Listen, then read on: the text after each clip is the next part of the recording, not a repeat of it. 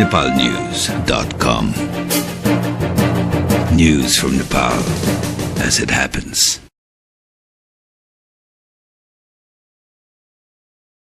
काठमाडौँबाट प्रकाशित नेपाली राष्ट्रिय दैनिक पत्रिकाहरूको समाचार सार संक्षेपमा स्वागत छ। मंगलबार प्रकाशित दैनिक पत्रिकाहरूले दैलेखका सरकारी अधिकारीहरू त्रासमा महान्यायाधिवक्ता कार्यालयद्वारा सरकारी वकिलको कल डिटेल माग, आज राष्ट्रपतिद्वारा सर्वदलीय बैठकको आह्वान शीर्षकका समाचारका साथै अन्य विषयवस्तुहरूलाई पनि प्रमुखताका साथ प्रकाशित गरेका छन्। दैलेखका सरकारी अधिकारी त्रासमा शीर्षकको समाचारमा कान्तिपुर लेख्छ, पत्रकार डेकेन्द्रराज थापाका हत्या आरोपीमाथि अनुसन्धान नगर्न प्रधानमन्त्री बाबुराम भट्टराईका कानूनी सल्लाहकार तथा महान्यायाधिवक्ता मुक्ति प्रधानबाट जारी लिखित उर्दी र प्रहरी नेतृत्वको अनौपचारिक दबावका कारण स्थानीय प्रशासनमा सन्तास व्याप्त छ। त्यही सन्तासका कारण पक्राउ 5 मध्ये 3 अभियुक्तको बयान लिइसकेको स्थानीय प्रहरी र सरकारी वकिल अन्य 2 जनाको बयान र थप अनुसन्धान रोकेर बसेका छन्। अभियुक्तको बयान लिन सरकारी वकिलको उपस्थिति आवश्यक छ, तर महान्यायाधिवक्ताको कार्यालयबाट अनुसन्धान नगर्न पत्र आएकै दिन शुक्रबारदेखि न्यायाधिवक्ता डम्बर काफले सुर्खेतमा बसेका छन्। उनले सुर्खेतबाट महान्यायाधिवक्ताको पत्र साथै राखी आइतबार प्रहरीलाई पत्रचार गरेका छन्। स्थानीय प्रहरीले पत्रको बेहोरा सहित के गर्ने भनेर मुख्यालयमा पत्रचार गरेको छ। अनुसन्धान रोक्नु भन्ने महान्यायाधिवक्ताको कार्यालयको पत्र साथै राखी जिल्ला न्यायाधिवक्ताबाट पत्र आएको छ। अनुसन्धान अधिकृत विनोद शर्माले भने, दुवै पत्र संलग्न राखी अञ्चल क्षेत्र हुँदै मुख्यालयमा के गर्ने भनेर पत्रचार गरेका छौं।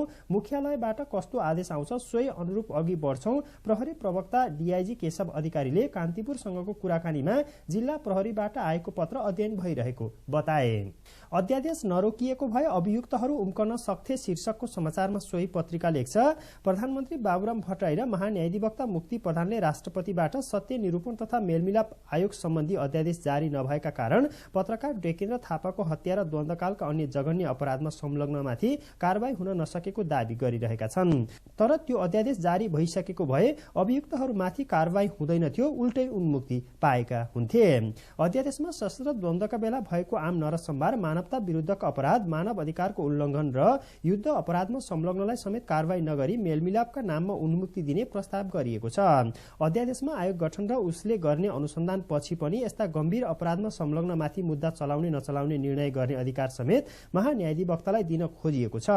युद्ध अपराध र मानवता विरुद्धका गम्भीर जघन्य अपराधमा संलग्नलाई समेत उन्मुक्ति दिन प्रस्ताव गरिएको, त्यसमा चौतर्फी दबाव परेपछि अध्यादेश रोकिएको हो।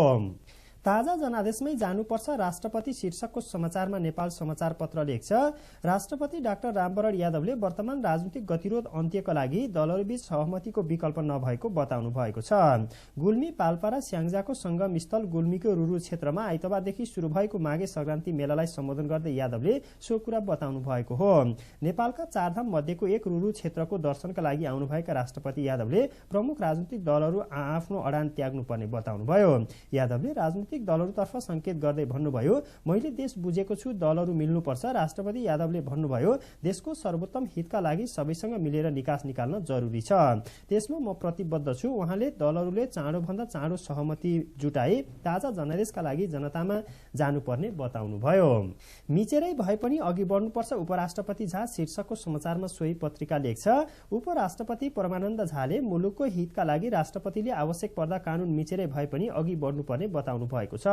उहाँले राजनीतिक निकासका लागि आवश्यक परे राष्ट्रपतिले संविधानको धारा 38(2) अनुसारको सरकार गठन गर्नुपर्ने बताउनुभयो। सप्तरीको बसलपुर गाविसको पोखरियामा सोमबार सञ्चारकर्मीसँग कुरा गर्दै उहाँले निर्वाचन आयोगमा दर्ता रहेका सबै दलहरूलाई बोलाएर धारा 38(2) अनुसार सरकार गठन गर्नुपर्ने सुझाव दिनुभएको हो। पटक पटक म्याद थप्दा पनि राजनीतिक दलहरूले राज्य नमानी बिना सहमति बसिरहन उपयुक्त नहुने भन्दै उपराष्ट्रपति झाले दलहरू स्वयंले पनि यसबारे विचार पुर्याउनु पर्नेमा जोड दिनुभयो।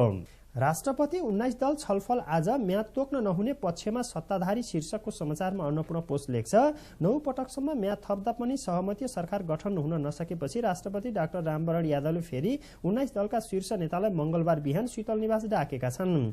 राष्ट्रपतिले सहमति सरकार बनाउन दलहरूलाई 9 पटक दिएको म्याद सोमबार सकियो।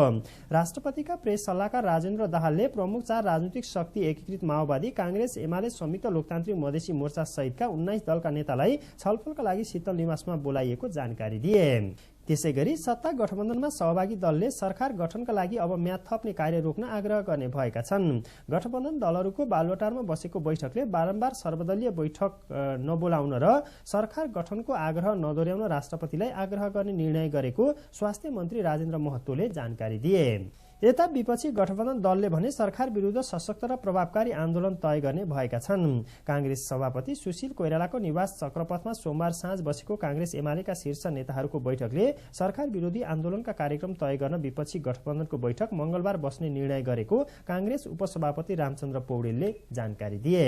राष्ट्रपतिलाई प्राध्यापकहरूको सुझाव, मुलुक बचाउन कठोर निर्णय आवश्यक शीर्षकको समाचारमा गोरखापत्र लेख्छ। अर्थशास्त्र तथा राजनीति शास्त्रका प्राध्यापकहरूले संविधानको संरक्षक र अभिभावकको हैसियतले मुलुकलाई बचाउन राष्ट्रपतिले निर्णय लिनुपर्ने सुझाव दिएका छन्। पछिल्लो समय सीमाभित्र पनि दलहरू राजनीतिक सहमतिका आधारमा प्रधानमन्त्री चयन गर्न विफल भएमा आफूलाई राजनीतिक निकासका लागि उपयुक्त विकल्प सुझाउन राष्ट्रपति डाक्टर रामवरण यादवले आग्रह गर्नुभएको सन्दर्भमा सुझाव स्वरूप उहाँहरूबाट यस्तो धारणा व्यक्त भएको हो। राष्ट्रपति प्रधानमन्त्री बीच भेट शीर्षकको समाचारमा सोही पत्रिका लेख्छ। राष्ट्रपति डाक्टर रामवरण यादव र प्रधानमन्त्री डाक्टर बाबुराम भट्टराई बीच भेटवार्ता भएको छ। राष्ट्रपति निवास शीतल निवासमा सोमबार साँझ भएको भेटवार्तामा वर्तमान राजनीतिक संकटको निकास र दलहरूका बीच पछिल्ला दिनमा भइरहेको वार्ता र संवादको प्रक्रिया बारेमा छलफल भएको बताइएको छ। राष्ट्रपति डाक्टर यादवले राजनीतिक संकटको निकास निस्कन नसकेकोमा चिन्ता व्यक्त गर्नुभएको उहाँका प्रेस सल्लाहकार राजेन्द्र दाहालले राजसभालाई जानकारी दिनुभयो। पत्रकार हत्यामा संलग्नलाई कारवाही हुनुपर्छ, उप प्रधानमन्त्री श्रेष्ठ शीर्षकको समाचारमा नयाँ पत्रिका लेख्छ। उप प्रधानमन्त्री नारायण काजी श्रेष्ठले दैलेखका पत्रकार डेकेन्द्रराज थापाको हत्यामा संलग्नलाई कारवाही हुनुपर्ने बताएका छन्। बाराको सिमारामा निर्माणाधीन सिमारा रंगशालाको स्थलगत अवलोकनपछि सोमबार संचारकर्मीसँग कुरा गर्दै माओवादी उपाध्यक्ष समेत रहेका श्रेष्ठले पत्रकार थापाको हत्यामा संलग्नलाई कानूनी कारवाहीबाट उन्मुक्ति दिन नहुने बताए। श्रेष्ठले भने सत्य निरूपण तथा मेलमिलाप आयोग गठन गरेर कारवाही प्रक्रिया अगाडि बढाए द्वन्द्वकालका सबै मुद्दाको टुङ्गो लाग्ने थियो। हवस् त आजलाई नेपाली राष्ट्रिय दैनिक पत्रिकाहरूको समाचार सार संक्षेप यति नै। nepalnews.com News from Nepal as it happens.